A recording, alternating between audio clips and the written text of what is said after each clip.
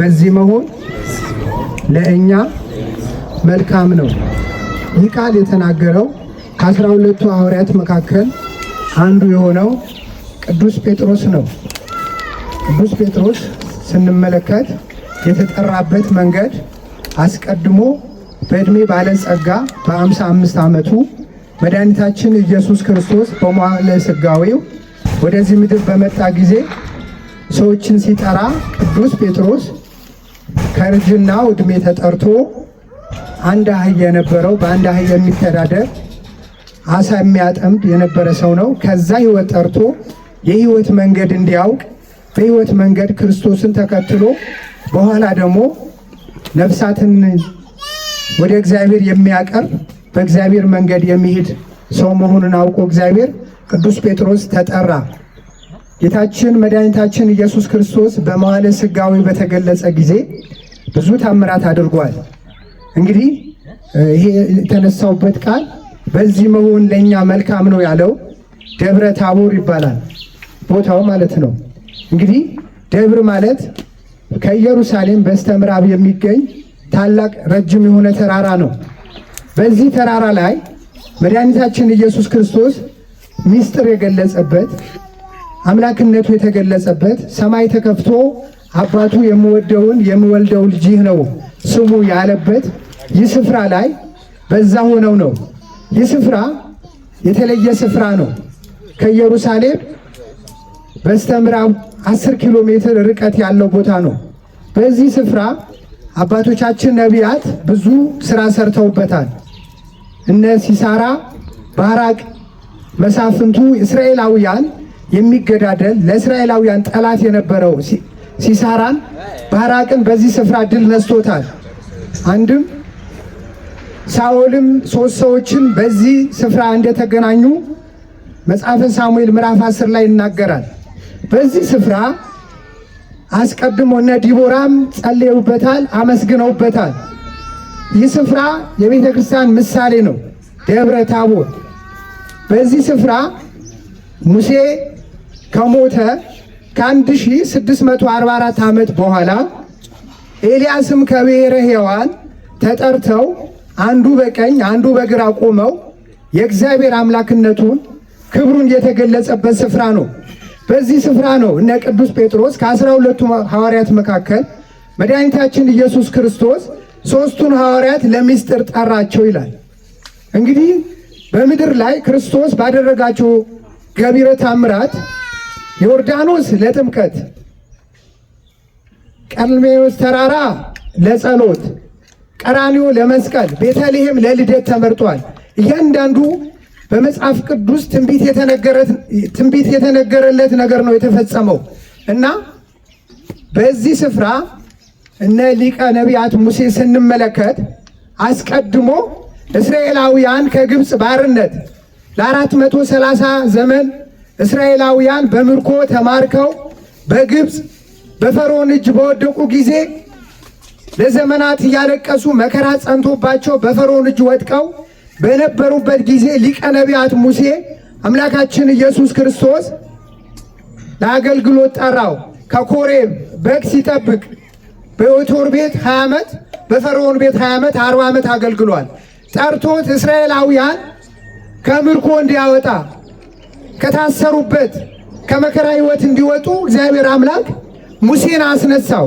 ሊቀ ነቢያት ሙሴ እግዚአብሔርን አስነስቶት በፈርዖን ፊት ቆሜ መናገር እኔ አልችልም፣ አንደበቴ ኮልታፋ ነኝ፣ በእሱ ፊት መቆም እኔ አልችልም ባለው ጊዜ አምላካችን እግዚአብሔር ወንድምህን አሮን አንደበት አደርግልሃለሁ፣ ተነስ እኔ ከአንተ ጋር ነኝ አለው።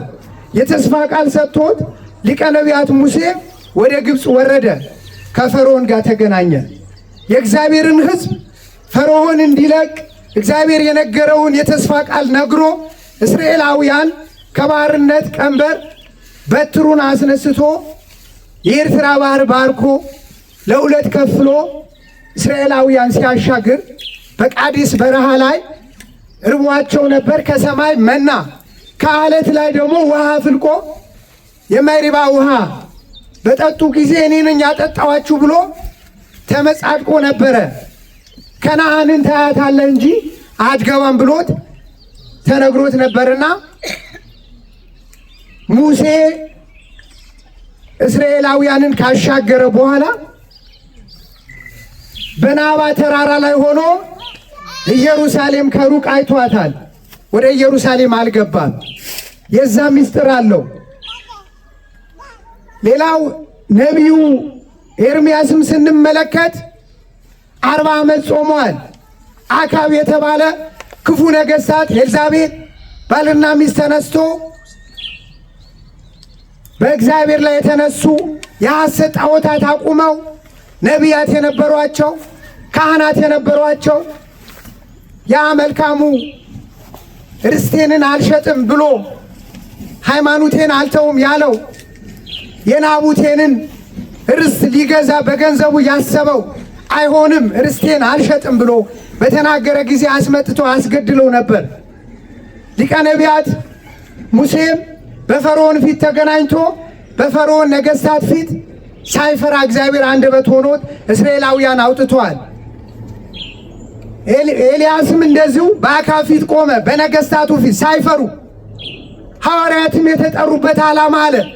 እግዚአብሔር ወደዚህ የጠራቸው ከ12ቱ 3ቱ የሚስጥር ሐዋርያት ከእንጨት መርጦ ለታቦት ከሰው መርጦ ለሚስጥር እንደሚባል ሚስጥሩን ሊሰጣቸው ሊያካፍላቸው ገቢረ ተአምራቱ አምላክነቱ እንዲረዱ በፊልጵስ ቂሳርያ ከ6 ቀን በፊት ሰዎችን የሰው ልጅ ማን ይሉታል ብሎ መድኃኒታችን ኢየሱስ ክርስቶስ ቅዱሳን ሐዋርያት ጠይቋቸው ነበር።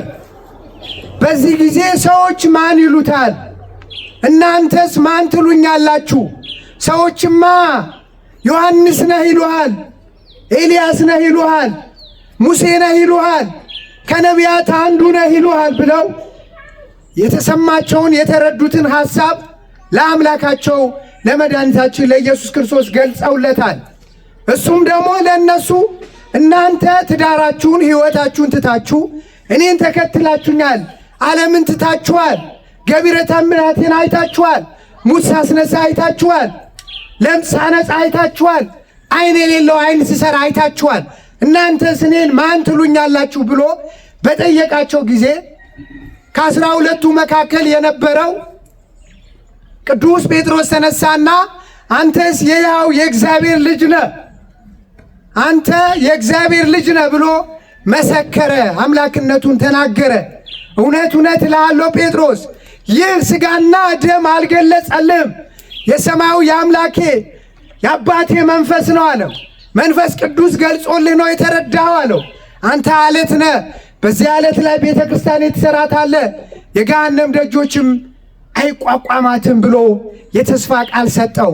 ክርስትና የተመሰረተው በቅዱስ ጴጥሮስ እምነት ላይ ነው ወገኖቼ።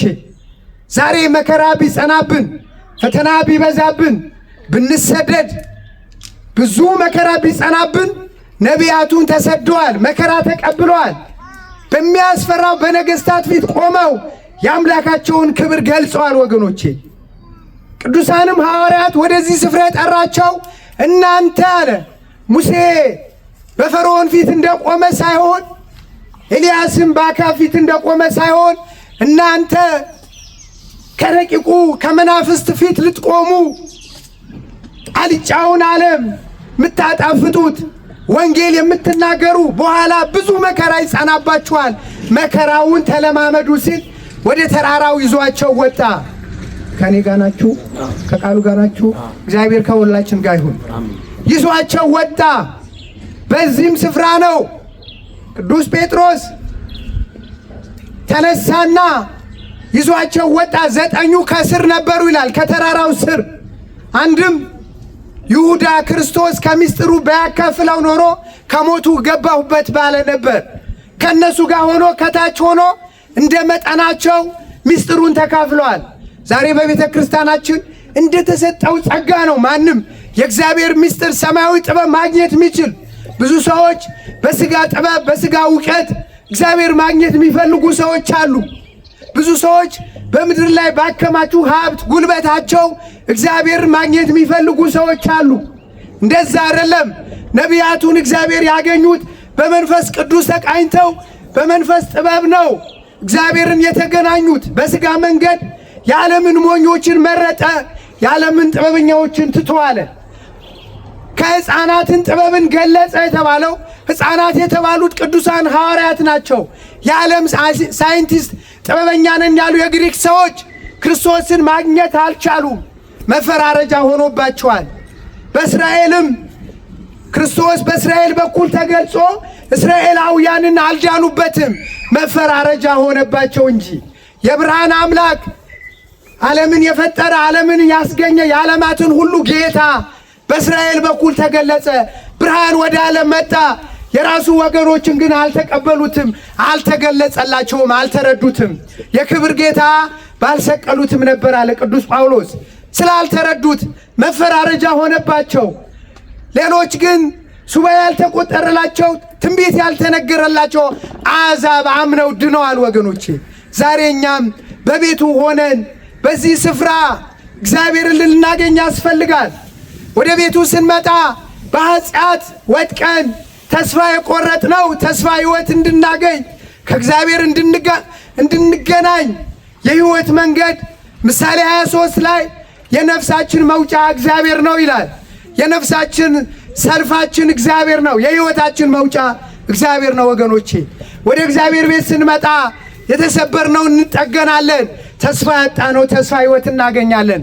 ሞት በዓለም ሞት የተሰማን ሞት በዙሪያችን ያንጃበበብን የሞት ጥላ ተገፎልን ሕይወት የሆነውን ክርስቶስ ብርሃን የሆነው ክርስቶስ እንለብሷለን። ወገኖቼ ንስሐ እንገባለን፣ ሥጋውና ደሙ እንቀበላለን። በዚህ ስፍራ በቤቱ ልንጸና ያስፈልገናል። ሞተንም ፍትሐት አግኝተን ወደ እግዚአብሔር የምንሻገርበት ይሄ ደጅ ነው። ወገኖቼ ተጣልተን የምንታረቅበት የልጅነት ክብር የምናገኝበት ከአብራ ከመንፈስ ቅዱስ ከማኅፀነ ዮርዳኖስ ስመ ክርስትና ሀብተ ወልድ አግኝተን የእግዚአብሔር ልጆች የምንባልበት የእግዚአብሔር ስፍራ እቺ ስፍራ ናት። ወገኖቼ በዚህ ስፍራ ነው ነቢያት ትንቢት ተናገሩበት። ክርስቶስም ለጸሎት የሰው ልጅ ሁሉ የእስራኤል ዘነፍስ ጠላት የነበረው ዲያብሎስ ክርስቶስ በዚህ ተራራ ላይ ድል ነስቶታል። ወገኖቼ በዚህ መሆን ለእኛ መልካም ነው። በቤቱ ስንሆን ጠላታችን ድል እነሷለን። ዓለም በእኛ ላይ አይሰነጥልም። የሥጋ ፍላጎታችንን ገተን በመንፈሳዊ ሕይወት በመንፈስ ቅዱስ እንቃኛለን። ወገኖቼ የቅዱሳንን ሕይወት እናያለን። ቅዱስ ጳውሎስ ምንድነው ያለው? ዕብራውያን 7:13 ላይ ዋኖቻችሁ ተመልከቱ፣ የኑሯቸው ፍሬ እየተመለከታችሁ በእምነት ምሰሏቸው አለ። በእምነት እነሱን የዚህ ዓለምን መከራ በትዕግሥትና በጾም በጸሎት ድል ነስተውታል። በሚታየው የማያልፈውን ተስፋ አድርገው የሰማዩ ክብር ተስፋ አድርገው የምድሩን ዓለም ንቀው ክርስቶስን ለብሰው አራዊቱን ታግሰው ረሃቡን ጥሙን ታግሰው አልጫውን ዓለም አጣፍተው ክርስቶስን ለብሰው ሰብከው አልፈዋል። እነሱ ልንመስል ያስፈልጋል። እነሱ አብነት ልናደርግ ያስፈልጋል። ሕይወታቸውን ልናይ ያስፈልጋል። ፈተና ሲጸናብን ሐዋርያትን ያለፉበት መንገድ ልናይ ያስፈልጋል። በምድር ላይ የሚያልፈው ነገር አላደረጉም። ጊዜያዊ መጠለያ አልሰሩም። ሕይወታቸው የተደላደለ አልነበረም። ትዳራቸውን ትተዋል። ኑሯቸውን ትተዋል። ለክርስቶስ ራሳቸው ሰጡ። ወገኖቼ ዛሬ እኛስ ክርስቶስ ቅድም አባታችን ሲያስተምሩ ነፍሴን እግዚአብሔር ታስደስተዋለች፣ መንፈሴን በአምላኬ ደስ ይላታል አለች እመቤታችን ቅድስት ድንግል ማርያም። የሱባኤ ወቅት ነው። እመቤታችን የምናስብበት ቅዱሳን ሐዋርያት እሷን ሽተው ፈልገው በእምነት አገኟት። በእምነት ድል እንሱ እንደተባለ የዓለምን ሐሳብ ድል ነስተው በጾም በጸሎት በአንድ ልብ ተወስነው ድንግል ማርያም ወላዲተ አምላክ የአምላክ እናትን አገኟት። የሻቱትን አገኙ። ዛሬም በዚህ ሱባኤ በዚህ ጾም እንጸልያለን፣ እንጾማለን፣ ሰዓታቱን እንቆማለን፣ ኪዳኑ እናደርሳለን። እንቆቅልሻችን እንዲፈታ ግን ከእግዚአብሔር ጋር ልባችን ለእግዚአብሔር ሰጥተነው እንሆን። ወገኖቼ ቅዱስ ጴጥሮስ ለእኛ በዚህ መሆን መልካም ነው አለ። አዎ በቤቱ መሆን መልካም ነው። ከእግዚአብሔር ጋር መሆን መልካም ነው። ወገኖቼ ከእግዚአብሔር የተለየ ነፍስ ሕይወት የለውም፣ ባዶ ነው። ያለ እግዚአብሔር ሁሉም ባዶ ነው። ቅዱስ ዳዊት ምን አለ? ከአንተ ወዴት እሄዳለሁ? ከመንፈስስ ወዴት እሸሻለሁ? ወደ ሰማይ ብወጣ አንተ በዛለህ፣ ወደ የምድር ዳርቻ ክንፍ አውጥቼ ብበር አንተ በዛ አለ፣ ጥልቅ ብወርድ በዛ አለ። ከአንተ ወዴት ከመንፈስስ ወዴት መሸሽ እችላለሁ አለ። ከእግዚአብሔር መሸሽ ይቻላል ወገኖቼ? ሕይወታችን ለእግዚአብሔር ልንሰጥ ያስፈልጋል። ይሄ በዓል ከ9ኙ አበይት የጌታ በዓል አንዱ ነው። ደብረ ታቦር ምስጢረ መለኮት የተገለጸበት አምላካችን አጣቢ እንደሚያነጻው ልብሱ እንደ በረዶ ነጻ ሆነ ይላል። የማቴዎስ ወንጌል ምዕራፍ 17 ቁጥር 4 ላይ አንብቡት። በስድስተኛው ቀን ቂሳርያ የማቴዎስ ወንጌል ምዕራፍ 16 ላይ የተነገረው ኃይለ ቃል ነው። በዚህ ስፍራ ክርስቶስ እንደ ቀድሞ አልነበረም። አምላክነቱ ተገለጸ፣ ሰማይ ተከፈተ። የምወልደው ልጄ ይህ ነው፣ ቃሉን ስሙት ብሎ አብ በደመና መሰከረለት። ወገኖቼ ሙሴ ከሞተ ከ1644 ዓመት በኋላ ቅድም እስራኤላውያን ከግብፅ ያወጣ ምድራዊ ኢየሩሳሌም ሊያያት ከነዓን አትገባም የመሪባ ውሃን ያፈለኩ ብሎ ታብዮ ነበረና ተስፋ የሰጠውን አምላካችን ኢየሱስ ክርስቶስ ሙሴ 570 ጊዜ ከእግዚአብሔር ጋር ተነጋገረ ይላል። በተነጋገረ ጊዜ አንድ ቃል ጠይቆት ነበር። አምላኬ ሆይ እባክህ ልይ አለው። ሙሴ እኔን ማየት አትችልም አለው። እግዚአብሔር በአምላክነቱ በግርማ መንግስቱ ማንም ማየት አይችልም፣ በፊቱ ማንም መቆም አይችልም። እግዚአብሔር በገለጸላቸው መጠን ነቢያቱን እግዚአብሔርን አይተውታል ይላል መጽሐፍ። እግዚአብሔር በፈቀደላቸው መጠን እግዚአብሔር አይተውታል ይላል። ነቢያቱ ሐዋርያቱን አይተነዋል በልተነዋል አሉ። በአካለ ሥጋዊ በተገለጸ ጊዜ ሐዋርያትን አይተውታል። ሙሴ ግን ልይ ሲለው እኔን ማየት አትችልም አለው። እስካልፍ ድረስ እጄን እሸፍንሃለሁ፣ ካለፍኩ በኋላ ጀርባዬን ታየዋለህ እንጂ አሁን አታየኝም፣ በዘመኑ ፍጻሜ ግን ታየኛለሁ ብሎ የተስፋ ቃል ሰጥቶት ነበር ለሊቀ ነቢያት ሙሴ። ይህን ተስፋ ሊሰጠው ከሞተ ከ1644 ዓመት በኋላ ከሙታን አመጣው። ኤልያስም በአካብ ፊት በነገሥታቱ ፊት ድል የነሳ 40 ቀን 40 ሌሊት ጾሞ እስራኤላውያን በእስራኤል ምድር ዝናብ 3 ዓመት እንዳይዘንብ ሰማይ ለጎማት ይላል። መልሶ ዝናብ እንዲዘንብ እንዲሁም ጾመ ይላል። የነቢያቱ የሙታንም የሕያዋንም አምላክ ነኝ ሲል ሙሴ ከሙታን ጠራው፣ ኤልያስ ከብሔረ ሕያዋን ጠራው። ወገኖቼ አንድም ሙሴ በዓለም በሕግ አግብቶ ልጅ ወልዶ ነበር። ኤልያስ በብቱና በድንግልና የኖረ ሰው ነው። በሕግም የኖረ ሰው ከሕግም ውጪ በድንግልና ተቀድሶ በባትም የኖረ ሰው የሁለቱም መንግሥተ ሰማያት መግባት እንደሚችል አምላካችን በዚህ ገልጾልናል ወገኖቼ። ስለሆነ እነዚህ ሁሉም ያደረገው ምስጢሩ ይፈጸም ዘንድ ነው። አንዱ የሙሴ ተስፋ ይፈጸም ዘንድ ነው። ሙሴ እየኝ ልይህ ብሎት ነበረ። ሙሴ በዛ ስፍራ አሻቅቦ ያያትን ምድራዊ ኢየሩሳሌም ከሞተ በኋላ ተስፋ ያደረገውን አስነስቶት በሥጋ የተገለጸው የድንግል ማርያም ልጅ በመካከሉ ቆሞ በግራና በቀኝ ሆኖ ሦስቱ ሐዋርያት ደግሞ ምስጢር ይቃኙ ነበር፣ ምስጢርን አዩ። በዚህ ጊዜ ምድር ላይ ተደፍተው ፈሩ።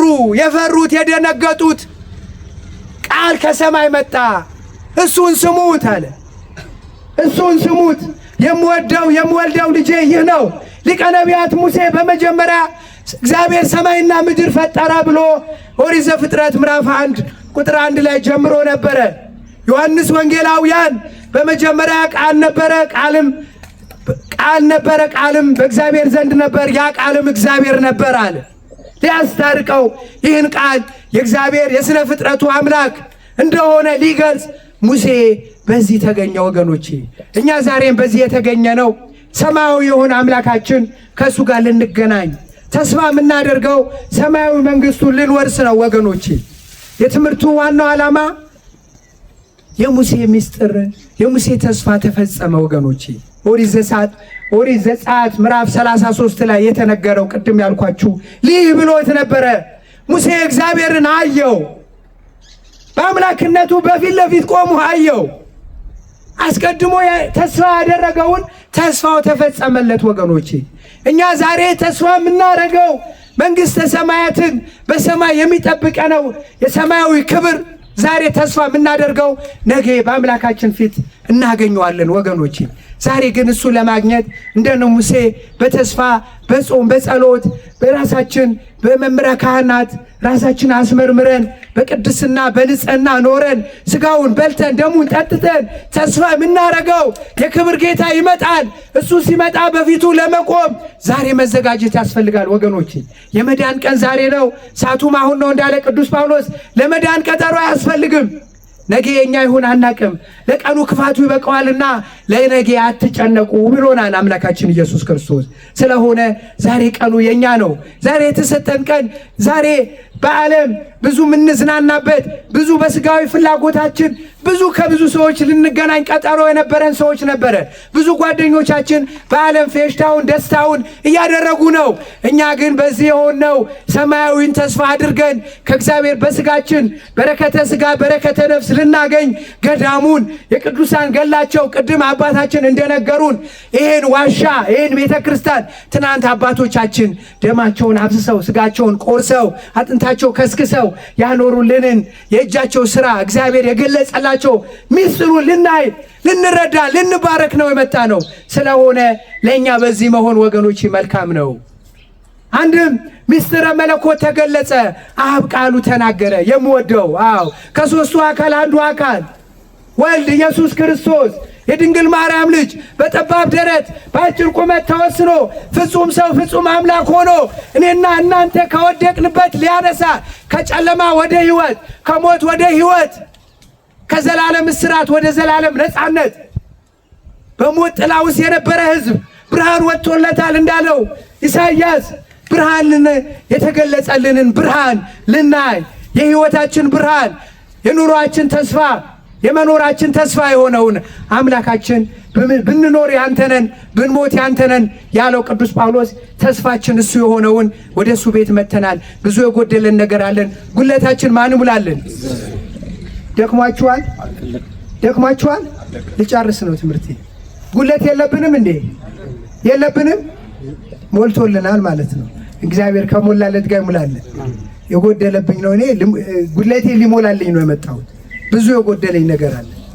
እግዚአብሔር የተሰበሩትን የሚጠግን ተስፋ የቆረጡትን ተስፋ የሚሰጥ ዓለምማ ሞት አውጃ ጉድጓድ ቆፍራ አንተ የለህም አትኖርም ብላ ተስፋ አስቆርጣን በተስፋ ጨለምተኝነት ሕይወት ያሉ ብዙ ሰዎች አሉ። በእግዚአብሔር ደጅ ግን የሰማዩ ደጅ ወደዚህ ስፍራ የሚገቡ እነሱ ብፁዓን ናቸው እንደተባለ ወደዚህ ስፍራ የሚገቡ ቅዱሳን ናቸው እንደተባለ ወደ ጠባቧ የሚገቡ ጥቂቶች ናቸው፣ ወደ ሰፊው የሚገባው ብዙዎች ናቸው ተባለ። ወደ ጠባቡ የተባለው ወንጌል ነው። ወንጌልን ሕጉን ሰምቶ ቃሉን ሰምቶ የሚፈጽማት ጥቂቶች ናቸው። ይጨንቃል። የወንጌል ቃል የእግዚአብሔር ቃል መዶሻ ነው፣ እሳት ነው፣ ተራራውን ይንዳል። ሰማያትን የጸኑት በእግዚአብሔር ቃል ናቸው። ጎባጣው ይቃናል፣ ባህሩን ይታዘዛል በእግዚአብሔር ቃል። ወገኖቼ የእግዚአብሔር ቃል ሰይፍ ነው፣ ባለ ሁለት ሰይፍ ነው ይላል። የእግዚአብሔር ቃል የጠመመውን ያቃናል ወገኖቼ። ስለሆነ የጠመመው ማንነታችን ልቦናችን አቃንቶ በሕይወት መንገድ እንድንመራ እግዚአብሔር አምላክ ይርዳል። እግዚአብሔር አምላክ ይርዳል። የመጨረሻው ከዚህ ትምህርት ምንድን ነው የምንማረው?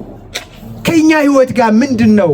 ከነ ጴጥሮስ ከቅዱሳን ቅድም ከነገርኳችሁ የተጋደሉት እነሱ በነቢያቱ ፊት እግዚአብሔርን ተስፋ አድርገው ምድራውያን ነገሥታት ሳይፈሩ እግዚአብሔር ባዘዛቸው መንገድ ተመላለሱ። ዛሬ እኛስ ወገኖቼ ከኛ ምን ይጠበቃል? ክርስቶስ ይመጣል። አሁን የሚመጣውን እናንተ ሊያድን ሊሰቀል አይደለም ወገኖቼ። ክርስቶስ አሁን የሚመጣው ከአእላፍ መላእክት ጋር ከቅዱሳን ጋር ከኪሩቤል ከሱራፌል ጋር ከድንግል ማርያም ጋር ከቅዱሳን ሁሉም ጋር እግዚአብሔር ከጽዮን ይመጣል እንዳለ ዳዊት። እግዚአብሔር አሁን ከጽዮን ይመጣል። ዳዊት በመዝሙር 88 እግዚአብሔር ምንድነው ኤርሞርና ታቦር በስምህ ይደሰታሉ ብሎ ነበር ቅድም። መዝሙር 49 ላይ እግዚአብሔር ከጽዮን በግልጽ ይመጣል፣ በፊቱም እሳት ይነዳል፣ ዝም አይልም አለ። እግዚአብሔር አሁን በክብር ይመጣል ወገኖቼ። እግዚአብሔር ሲመጣ ግን እኛ ተዘጋጅተናል ወይ? እግዚአብሔር አሁን የማቴዎስ ወንጌል ምዕራፍ 25 ሁሉም ሁሉም እንደየሥራው ከፍለው ዘንድ ዋጋዬ በእጄ ነው። እነሆ በቶሎ እመጣለሁ፣ ለእያንዳንዱ እንደየሥራው ከፍሏለሁ አለ። እግዚአብሔር ለዋጋ ይመጣል ወገኖቼ። እግዚአብሔር ሲመጣ በፊቱ የምንከፍለው ዋጋ ቅድም አባታችን ነፍሳችንና ስራችን ወደ እግዚአብሔር ይሄዳል እንዳሉ በእግዚአብሔር ፊት ስንቆም በእግዚአብሔር ፊት የሚያቆመን ስራ አለን ወይ ወገኖቼ? ሕይወታችንን እንመልከት፣ ራሳችን እንይ። የመዳን ቀን ዛሬ ነው። ወደ ቤቱ እንምጣ ዛሬ፣ ቀን ሳይጨልምብን፣ ቀኑ ሳያልፍብን። ዘመናችሁ እንደ መወርወሪያ ይሮጣል አለ። ዘመናችን ጥቂት ናት ወገኖቼ። ባለን ዘመን ድነት አግኝተን ከእግዚአብሔር ጋር እንገናኝ። ድንግል ማርያም ምልጃዋን እንቀበል ወገኖቼ። በድንግል ማርያም ምልጃ ተስፋ አድርገን የቅዱሳን የሐዋርያት ገላቸው ሕይወታቸው እየተመለከትን ዓለም ምንም ተስፋ ቢያስቆርጠን፣ የዓለም ኑሯችን መከራ ቢሆን፣ ዘመኑ መዋጀት ቢያቅተን፣ እግዚአብሔርን ተስፋ አድርገን ግን መሻገር ያስፈልገናል ወገኖቼ። እግዚአብሔርን ተስፋ እናድርገው።